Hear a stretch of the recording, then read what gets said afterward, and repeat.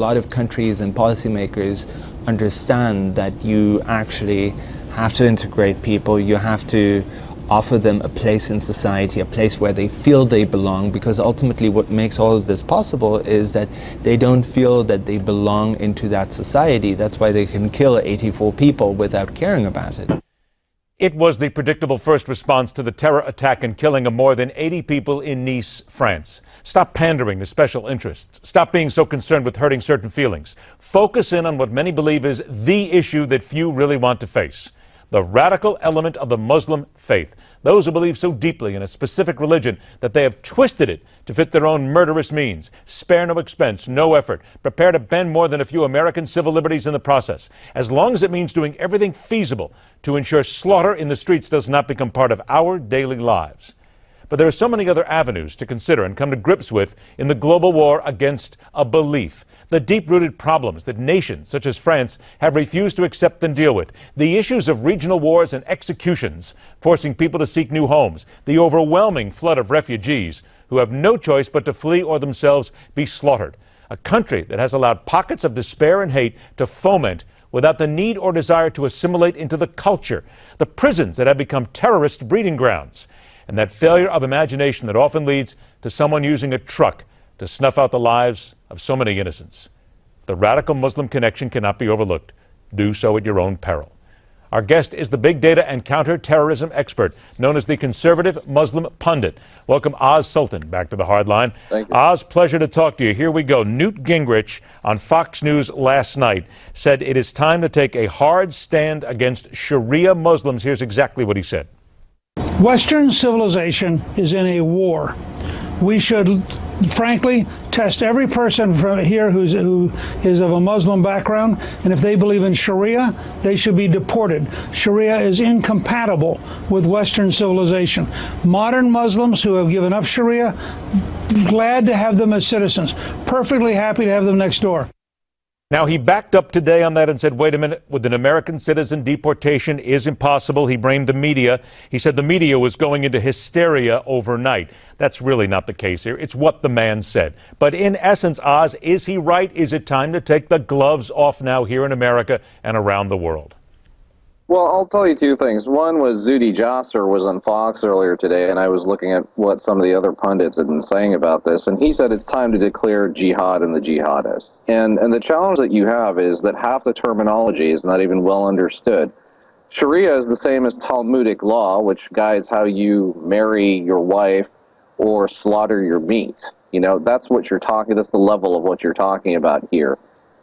The problem that you run into with most of the folks that are saying, oh, you know, adhere to Sharia law, what they're talking about is not canonical law or biblical law or Talmudic law. What they're talking about is wali.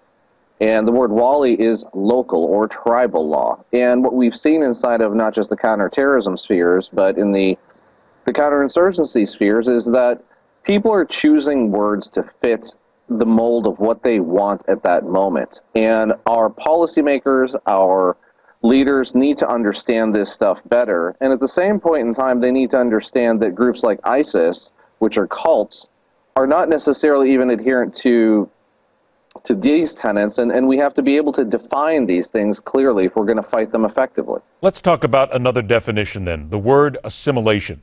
There is much talk going on today that in Paris, in France, in Nice, in European countries, they have created these pockets, as I alluded to a few moments ago, that have not allowed the people, the refugees who were there, to assimilate, that has created basically their own cultures. It has created the breeding grounds for terror that simply have to be rooted out and stopped. But wait a minute, Oz, is it just too late? Are we missing the point? I don't think it's too late. If you look all the way back to 1995, and what they had said in Belgium was that Molenbeek, for example, could have been a terror ground for the simple fact that the Belgians, the French, again, if you look at the districts that they forced a lot of their Muslim citizenry into, they've basically ghettoized them. And in addition to ghettoizing them, they have given them limited opportunity to jobs. They've given them limited opportunities to education. They've given them limited opportunities, period.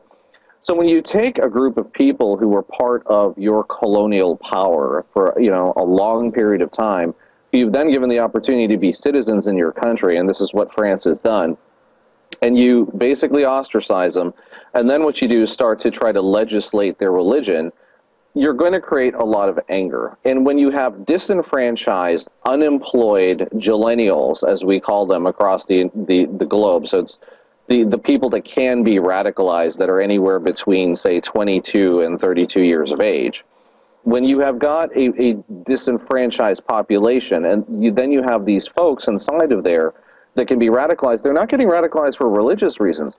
They're getting radicalized simply because they lack opportunity. The way that we've seen this be disrupted across the globe is very simply getting them to be integrated. RRG inside of Indonesia has been able to disrupt Jamaat Islamiyah. France can do it if France actually decides to put to put their foot down. But I think what they have done is they've become Pakistan. Pakistan understands that there's these terrorist groups inside of their own country, and because they can't even control their own military, they haven't been able to solve that. France is going down that path, and I think unless France starts pulling back and setting the bar higher for themselves, you're going to see some really dangerous things happening in the days to come. I only have 60 seconds left. As we are on the air tonight, there are reports of a military coup in Turkey that they are now fighting. The coup, if it does happen, in your opinion, how does this add to the instability and the ability for terrorists to move across the Middle East? I think there's pluses and minuses to this. One of the challenges that we've had with Turkey as an ally is that Erdogan's son had been purported to be selling ISIS oil in the black market. Why? Because he's buying it basically free, and he's making as much money as he can on it. One of the things our OPEC partners have been very useful in doing is suppressing the price of oil. It helps us control the Russians. It helps us control ISIS.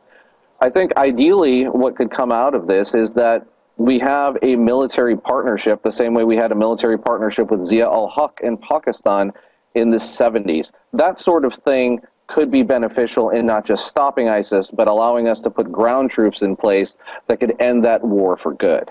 Sultan, a fascinating depth of intelligence here. We're going to continue to look at this here in the weeks and certainly the months to come. Sultan, thanks so much.